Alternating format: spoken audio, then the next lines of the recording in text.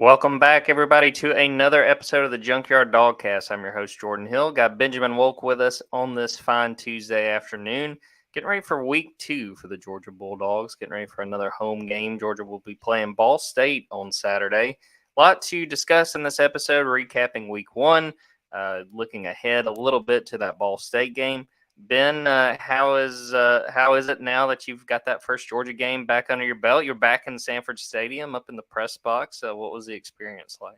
Yeah, it was great to be back. I might have needed to knock some rust off. I can assure you, the folks that like to complain about Mike Bobo on the message boards certainly needed no rust to be knocked off. They were in full midseason form from the very jump. So for me, I was obviously glad to be back around the game, glad to be back around on the field pre-game and just hanging out in the press box. So really excited to cover this Georgia football season and hopefully excited for maybe some of those loud Bobo haters to quiet down a little bit here in the near future.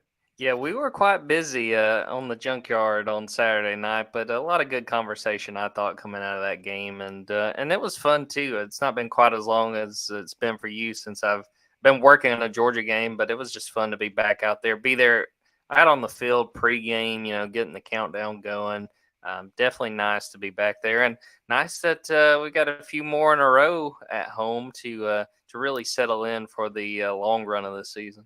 Yeah, I think we were watching pregame. I think we were watching the quarterbacks down in the end zone near the tunnel where they run out, and I think you looked over at me at one point and were just like, I can't believe it's back. I can't believe it's back. And it just like we were really feeling it in that moment.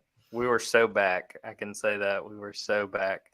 Well, let's start this episode by looking back to that game, a 48-7 win over UT Martin. We've both written a good bit about how that game played out. Kip Adams had the podcast right after the game, just sort of recapping how things played out. I'll start with you, Ben, because we've had a chance to hear from players. We've heard from Kirby Smart now a couple times since that game. Is there anything lingering for you about how that game played out? Anything that really sticks with you, or even things you want to watch going into week 2 just based off what we saw this week? For me, I think, and this is going to be the case for a lot of these games that Georgia plays this year, but it's a matter of how do we want to view this? Is this a game that Georgia just was never going to lose? And so nothing that is happening we can fully assess, or is it something that we should nitpick every little thing where we say, all right, these are areas that can be better. And I'm sure there's a little bit of a balance somewhere in between there in terms of what we should do. So I think that there's plenty of good, plenty of fixable items that can be taken away from the game on Saturday. So I think looking ahead, taking what we learned from the UT Martin game and looking ahead to Ball State, it's a matter of what can get cleaned up offensively. I think there were some miscommunications on third downs there with Carson and Dom Lovett. I think there were obviously some inadvisable play calls down in the red zone near the end of the first half. So I think everything that we saw that you could point to and say, oh, this is an area of concern, or, oh, this offense isn't going to look the way that it has the last couple of years. I think all of that is unbelievably overblown. I think that when you really look at it, really at face value, it was a good performance from Georgia offensively, but there were moments that could have been significantly improved. And I think that's a sign of what you can expect from Georgia this year. I mean, the fact that they almost had 600 yards of offense, they threw for 400 yards with 3 different quarterbacks getting time and having, meaningful plays to contribute to that 400 yards. And people felt that it was not the best offensive performance that they could have had. That's probably an indicator of what you can expect from this Georgia team this season. So I think we're going to sound like broken records a lot throughout this season, because I do think there's going to be a boring nature to some of what goes on, and we are going to have to nitpick things here or there. But I guess what I'm looking forward to with Ball State is just how can Georgia clean up some of those offensive miscues, and can they make it look like there are no real setbacks offensively? And I think if that's the case, as Georgia gets into SEC play, I think that we're going to see more of the same. So wait a minute. Are you telling me that some fans were overreacting from a week 1 game? See, the problem is if I were to answer that question, yes, it's the fans that were overreacting that would tell you that there was no overreacting going on. So it's a delicate, line that we have to walk here, or else we're going to have folks mad at us, which I had plenty of people mad at me for stating just Carson Beck's stat line on the Junkyard on Saturday. I didn't even put any commentary associated with it. Just here's Carson Beck's stat line. And the fact that I was almost acknowledging that he had 300 yards passing was like disrespectful to anybody that thought that Georgia's offense didn't look great. It's a fine line we have to walk, but you know what? We'll do it for the viewers, for the listeners, for the subscribers. We will do that for you guys. I thought it was really helpful to go back and rewatch that game. I think it's hard sometimes, even with any game, when you watch it live, sometimes you kind of lose sight of certain things, or it's good to just see it again. I know a lot of people were critical of Mike Bobo. Watching it again, I didn't think there was a ton that just blew my mind. Like, what were they thinking? Other than really mismanaging at the end of that first half. I do think that was fair to critique that. I thought on the whole, Carson Beck played pretty good. Wasn't perfect. I don't think it was fair to expect him to. And I think I wrote this in my rewatch, or I definitely mentioned it in my instant takeaways right after the game. I think it's fair to sort of grade on a curve with Carson Beck when you consider that Lad McConkey did not play, that Marcus Rosemy-Jack Saint didn't play. I can't help but wonder how differently do things look. They trotted out several different receivers out there, and had a lot of different guys working with him. I think it's fair to at least acknowledge that. I don't think you can call it an excuse, but you can acknowledge that that changed things a little bit. A little disappointed in the offensive line. I thought they did a really good job in pass protection. I don't know that Carson really ever got touched. Run game, it just never seemed like they got much of a push, and you would expect that really, against anybody, at least doing it consistently, but especially when you're playing an FCS team. I was a little disappointed watching that. Other than that, I think those were sort of my biggest things. Seeing a good bit of Oscar Delp. I think that Georgia likes the way he's coming along. You understand that was against UT Martin, but there were several times where, they let Brock Bowers get a breather, send number 4 out there, let him be the only tight end on the field. I think he's coming along well. I think he's someone they should be excited about. And I do want to give a shout out to Kendall Milton, who, Kirby made it clear he was not healthy. He was not 100%. He's been coming back from that hamstring that's been bothering him. But he said, it's been killing him to get back out there. He really wanted to go out there. I think Kirby said that Kendall said he was 92%, which I really love that. Very specific. Guy really knows his body for sure. Yeah, but for sure. But seriously, though, I think he deserves a lot of credit because they've been really banged up at running back. He could have very easily said, look, I'm going to take another week. I think you could tell. I didn't think he quite had the burst that we're used to seeing from him, but he said he wanted to grind it out, and he went out there and took some meaningful carries for this team. Yeah, on Kendall specifically, I mean, Kirby sort of mentioning that was essentially like scrimmage 1, scrimmage 2 for him. And the fact that he had some of those chunk runs that he did, to your point, he didn't break off. He didn't have necessarily the burst that you could at some point expect from Kendall. But for him to want to be out there says a lot about, how this team views him as a leader. It also probably tells you a little bit about how comfortable Georgia is with the thinness of the running back room as well. But I think that, getting Kendall and Dejon Edwards back to full health will be really important because we, quite frankly, we didn't see as much Andrew Paul as I would have expected to see in week 1. Adding to your going and watching the film takeaways that you mentioned as well, I think I noticed this obviously while I was watching the game live, but it really stands out. Javon Bullard and Malachi Starks just fly around the football field. I mean, I don't want to be hyperbolic in week 1, but I would be surprised if you will see a better safety duo in the Kirby Smart era before this or after this than what you're going to see this season from those two guys. I mean, and I guess, if Javon were to come back next season, I guess next season as well, you could potentially have that too, which would be pretty shocking.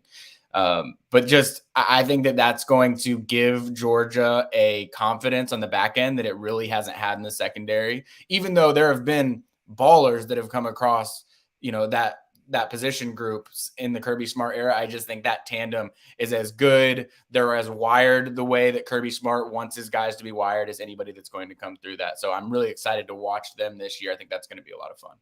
I want to give a shout out to Tyke Smith. His first start at Star, I thought he played really well. UT Martin was trying to attack the perimeter a lot, And at halftime, UT Martin had 14 passing yards, and really their biggest plays came on runs, QB runs. I think they may have broke one or two runs with a running back, but they tried to go outside, and several times Tyke was right there and either made the tackle just past the line of scrimmage or diagnosed it and came up and had a big tackle for loss.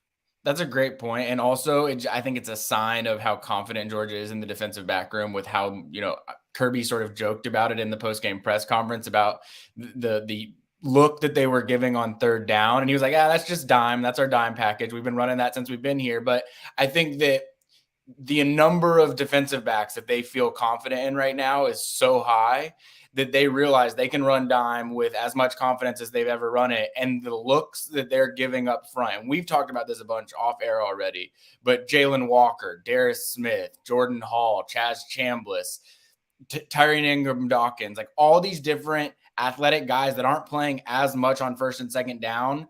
Georgia gets teams into 3rd and 6, 3rd and 8, 3rd and 10. I don't think anybody's going to find much success against this team, given the depth that they have in that defensive back room and how standout I think they're playing right now, and just the pass rushers that they're going to have up front. I mean, I'm going to be licking my chops every time I get to watch Georgia play on 3rd and long on defense this season. Absolutely. It's going to be something to watch. Ben, they had a number of recruits on hand for that opening game. What can you tell us about some of the people who showed up in Sanford Stadium and anything you learned from some of those guys? Yeah, this will by no means be a comprehensive list, just because, as is always the case, Georgia is going to have even 26s, 27s that are on the radar that they're continuing to evaluate that are coming on some of their first visits. So the standouts to me from that would be obviously Dylan Raiola being in attendance for his first Georgia game since the 2021 Kentucky game. He was really excited. I went to go see him on Friday night, and he was really excited about the opportunity to get back in Sanford Stadium under the lights. I saw him spending a lot of time with other Georgia commits like Daniel Calhoun, Jaden Riddell, Colton Heinrich, Justin Green, a bunch of other guys that I'm sure that I'm not mentioning here. Probably the one that made people's eyebrows raise because he wasn't someone that was known to have been visiting beforehand was 2026 quarterback Julian Lewis. He obviously recently just committed to Southern Cal, so I wouldn't read too much into it from a recruiting standpoint. But week one, the Carrollton, Georgia quarterback wanted to get to Georgia for a visit. Georgia has proven time and time again, they don't care if you're a quarterback that's committed elsewhere. I mentioned this in relationship to Julian Lewis visiting Georgia. All three of Georgia's quarterbacks on their roster right now were committed elsewhere at one point. So it's not new that Kirby Smart is looking at the committed rosters, and obviously Dylan Raiola falls into that category as well. And so that's something that we'll continue to monitor, but I don't think that that's something that we should really be looking at too closely right there.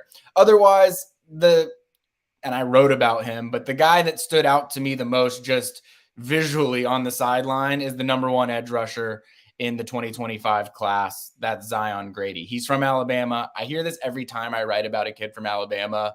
Oh, it's so hard to get guys out of the state of Alabama. I'm going to have to be fighting that battle a lot this cycle because the 2025 class is loaded in the state of Alabama. I think I've written about 3 guys in the last 24 hours from the state of Alabama, and that's not going to change because there are a lot of guys in that state that Georgia's recruiting. Kirby Smart obviously has relationships that run deep there, and the more that Georgia wins, the easier it's going to be to pull guys out of a neighboring state. And so, I'll probably be writing about more guys, but Zion Grady is a name in particular that Georgia fans should remember, especially when they think about that Wolfpack group of edge rushers that they like to bring in. Yeah, make sure and remember that name and several of those others that Ben mentioned because they will be on the radar going forward for Georgia. We're going to take a quick break, going to come back, sort of start looking ahead to Ball State, some of the things we're interested in, and some of the things we've learned from Georgia, from Kirby Smart and the players so far this week.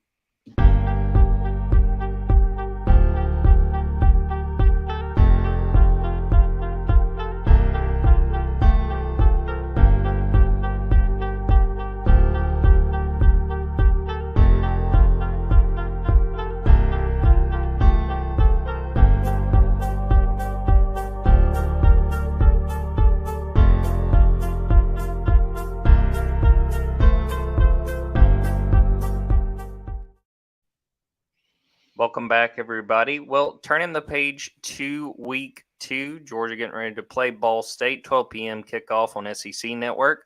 Georgia 1-0 going into this game. Ball State is 0-1 after losing 44-14 at Kentucky last week. Sort of starting, I think the biggest thing that Georgia fans should be concerned with is the injury report, getting some of those guys back. Talked to Kirby Smart on Monday. Sounds like Lab McConkey pretty optimistic. Kirby said that he was a game time decision going into that week 1 game against UT Martin. He had been dealing with some back issues. He was not feeling good on Friday, and then come to game time, they decided not to play him. Fellow receiver Marcus Rosemy-Jack Saint will be back. He had a 1-game suspension. Kirby didn't go into a whole lot of detail about that, but did really, really praise Marcus for his leadership, the way he goes about his business. He talked about him returning to practice on Monday and saying that Marcus would treat that like his Super Bowl. I mean, it's a guy that really, really grinds, and is a guy that they expect big things from. And I expect he will be back starting for this week 2 game. And then Daijun Edwards seems like the other guy of note to keep in mind. They also said, Kirby told us about his progress coming from an MCL that he's been dealing with. Said that he probably could have played against UT Martin, and they didn't push it. He went through pregame warmups, and they decided to hold him out. Probably a good decision when you think about where this running back room is right now and trying to keep these guys healthy. So I think we'll see Daijun Edwards in week 2 against Ball State. Obviously, he is expected to do big things. I still think he's got a really good chance to be Georgia's leading rusher this year. So I think on the whole, when you look at some of the key names that they missed, some of the key guys that they want back out there, I think the progress is looking pretty good. And I would be surprised if some of those guys don't play. And even if they don't, I don't think it's cause for concern when you're looking at the opponent. And you consider also that week 3, they've got a big game at home against South Carolina. Yeah, Daijun's injury is probably the one that I'm looking at the most closely, just because of the nature of the running back room right now. The fact that a guy like Kendall Milton probably didn't have to go, but almost felt like he needed to go from a leadership standpoint. And Kirby mentioned it, not wanting to throw 2 new scholarship guys who have never played there before without anybody else out there. Don't get me wrong. I thought Roderick Robinson was really impressive, but I just think that getting those 2 guys, Kendall Milton at full health and Daijun Edwards back in the rotation, is really important. And so I don't know for certain whether Daijun will play this weekend, but I get the sense that he probably will, and I'm excited to see what he's able to do with it. Another quick update on inside linebacker Smile Munden. He played, but pretty sparingly. I think some point lower than 10 snaps. I'd have to go back and look at the numbers. He was sort of in there sporadically on Saturday. Seems like things are good. I think they just want to be smart about how they play him. Kirby talked on Monday saying that, they need him to sort of get in shape from running, with the time he's missed, trying to get in some running while also not sort of wearing himself out, dealing with a foot injury. It'll be really interesting to see how much we see him if they sort of do something similar in week 2. I wouldn't really be surprised if they sort of ease him back in, especially when you consider what they've got at that position. I mean, CJ Allen wound up playing the most snaps, true freshman in his first game, no big deal. Just leading in terms of the number of snaps he played against UT Martin. So I think it's one of those things they understand sort of what they're working with. Want to be smart about getting those guys, because even if Smile isn't 100%, there was one play where he chased down UT Martin's quarterback. I swear to you, Ben, it looked like something from Madden. I was like, how is he flying? Like, he came, it felt like completely across the field, and he didn't make a tackle, but the amount of space he closed on that quarterback was super impressive. Again, when you consider the fact that he's coming back from an injury. There's no doubt athletically, there's probably nobody else in that room that can do the things that Smile Munden can do. So I think from that standpoint, you want to get him back on the field. But I think because of the depth, the fact that you have a freshman in CJ Allen that can play the most snaps probably gives you some confidence to say, Smile, let's take it easy. Let's not overuse you early in the year. We've got the guys in this room that can get the job done. So it says a lot about Glenn Schumann, in my opinion, that he's able to continue to find these freshman linebackers that are able to play in this defense. Kirby talks about the volume of this defense all the time, and it's hard across every position group to play as a freshman. And I feel like guys that make a legitimate early impact on this defense, Glenn Schumann's linebackers tend to do it as much as anyone. So talking a little bit about Ball State as we get ready for Saturday's game. They're coming off a 5-7 season last year. Back in 2020, they actually won the MAC, which was a pretty big accomplishment for the Cardinals. It had been quite a while since they'd won the conference. Lane Hatcher, one of the quarterbacks that played against Kentucky on Saturday, a Texas State transfer. Really interesting at running back, Marquez Cooper is a guy that Georgia knows because he played for Kent State last year and had a pretty good game against the Bulldogs. They made some plays against Kentucky. They actually led Kentucky 7-3 going into the second quarter, and a couple of fumbles, one that Kentucky took back, led to a really big, I want to say a 20-point second quarter for the Wildcats, kind of got them rolling. I don't think this is a bad MAC team. It may be a stretch for them to make a bowl this season, but they have got a few playmakers. Again, really probably the biggest pickup they got this offseason was Marquez Cooper, who led the MAC in rushing last year, really good playmaker for Kent State. What are you wanting to see against this opponent on Saturday, Ben? What intrigues you about what we'll see and the matchup that's going to be between the Bulldogs and the Cardinals? Not to sound like a degenerate, but I do think Georgia covering the spread would probably just like ease some people's minds. Like I think that's part of the reason. I think people have become so much more in tune with gambling, as bad as that might be to some folks. Like I think that because of that, people knew that Georgia was a 49-point favorite or something like that. So when you only win by 41, it feels like, oh, things were slow to start, didn't get things, whatever.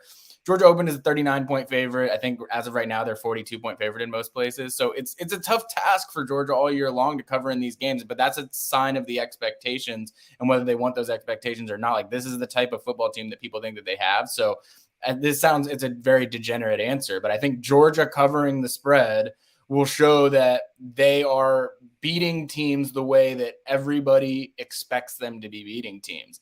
I personally feel like winning by 41 points with a 49-point spread is in that ballpark. Like the chances of beating teams, you're not going to beat teams by 50 every single week. But I think that when we're actually just looking at the dynamics of the game, again, Carson Beck just getting more comfortable with some of those receivers. And what I think is interesting is like we talk about whether Ladd McConkey is going to be available or not. And I don't know, we haven't seen it yet really, what kind of connection Ladd and Carson have with one another. But I think you can find a silver lining in if Ladd is being eased into the rotation, him getting comfortable, Carson Beck getting comfortable with guys like CJ Smith, Mekhi Muse, Marcus Rosemy getting his first action this week. Like it's not the worst thing in the world if some other rotational guys are getting more usage than you might expect them to be, just because I think it will get Carson Beck more comfortable with more guys. And so really just seeing that passing game continue to open up. I mean, I think we both sit here and talk about how when we look back at the game, I think it was a pretty good performance. I think that Carson played pretty well. You can point to a few things here or there. I think Mike Bobo called a fairly good game. You can point to a few things here or there. But I think we can all agree that there is this sort of lingering sentiment when you talk about things like Georgia's 1,000-yard receivers and things like that you want to see Georgia open up the passing game a little bit because it's just something that we continue to talk about. And so I want to see them do it against a team like Ball State before you get into SEC play, just to see, is there any difference to what we're going to see this year offensively to what we've seen in the past? And I still don't know that yet. But I think that Georgia, we'll see a little bit more on Saturday than we saw last week. I think you hit on most of what I would have said as far as Georgia Ball State. The one thing I will add, and I need to go back, I'm going to try to watch the Ball State Kentucky game before we get ready for Saturday's game. But I want to see if Ball State tries to attack Georgia with sort of more of a conventional passing game, because as we mentioned earlier, it looked like when it came to UT Martin, more throws to the outside receiver screens, not really your traditional throws. I want to see if you see more of that with Lane Hatcher and Ball State if they decide to attack, because I believe one of their receivers had a pretty good game against the Wildcats.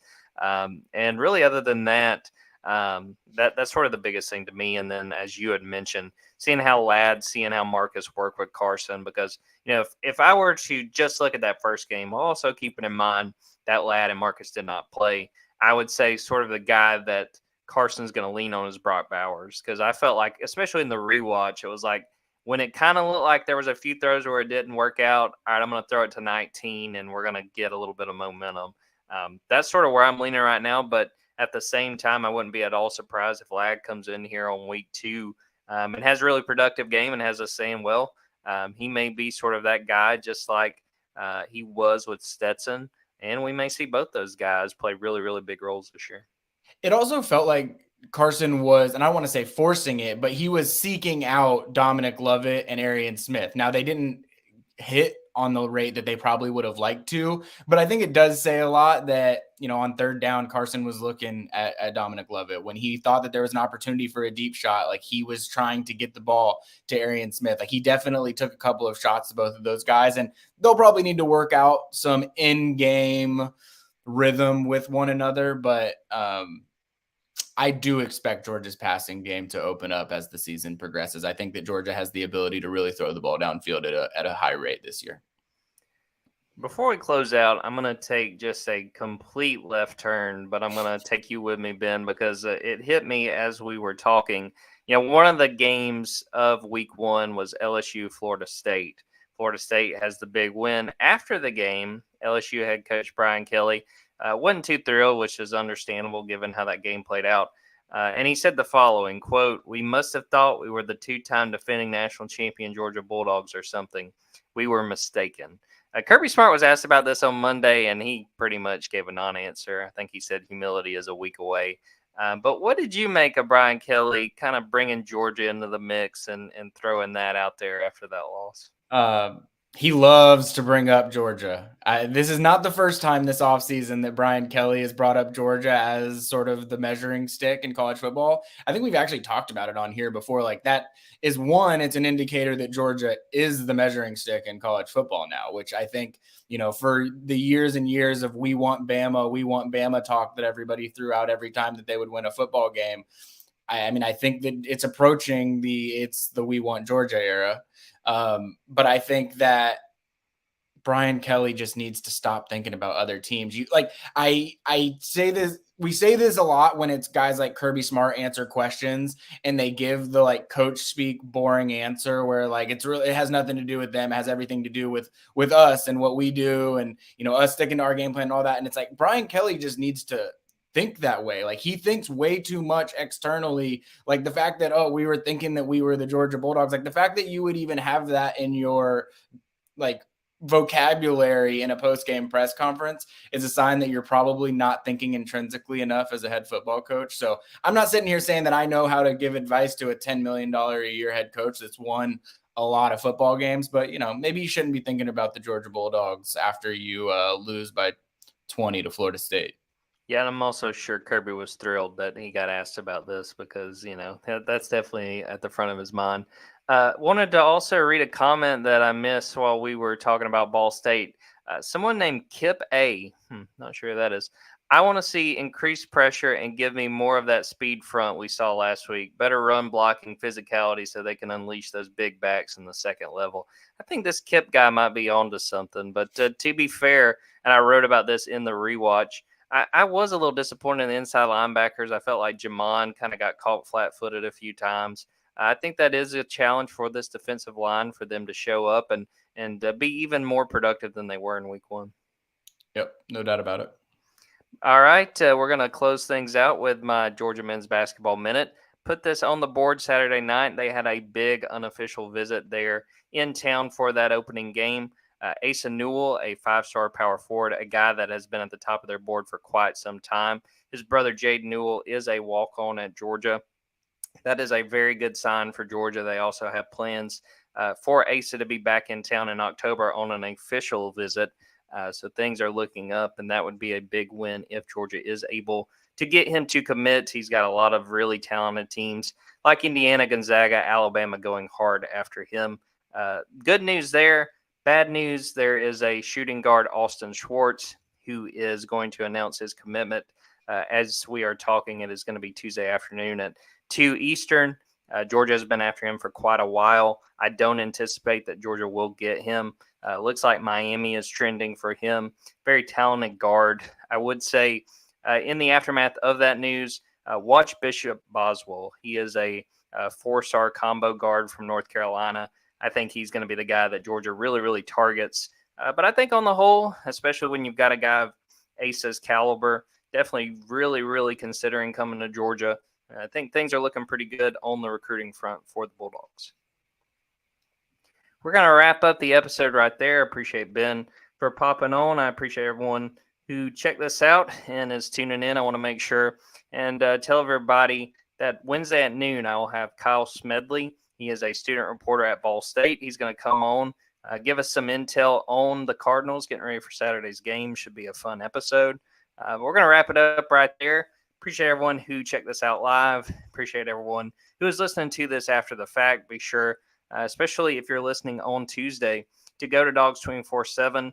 Go take advantage of our 50% off deal before it ends. And make sure and go to Dogs 247 on YouTube and go subscribe there. All kinds of videos there. So for Benjamin Wolk, I am Jordan Hill. Until next time, take care, everybody.